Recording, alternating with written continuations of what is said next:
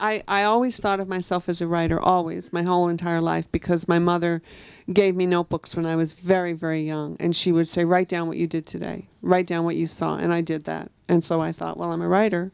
And she said, you're a writer. So I was a writer. And then when I left college and nobody was even remotely interested in the short stories that I sent out to every place, I began, after a few years of waitressing, cocktail waitressing, at night to write during the day, I began to think, oh, well, this is going to be depressing because, I'll be 58.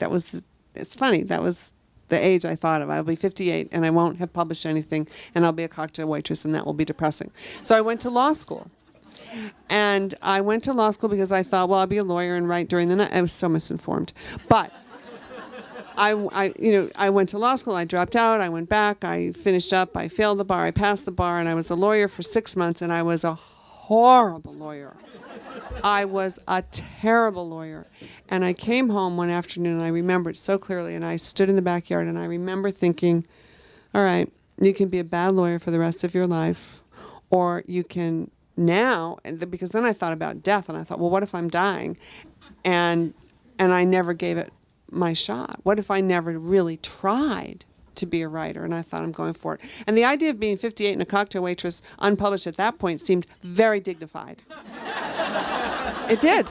It really did. And so that was a good thing, you see.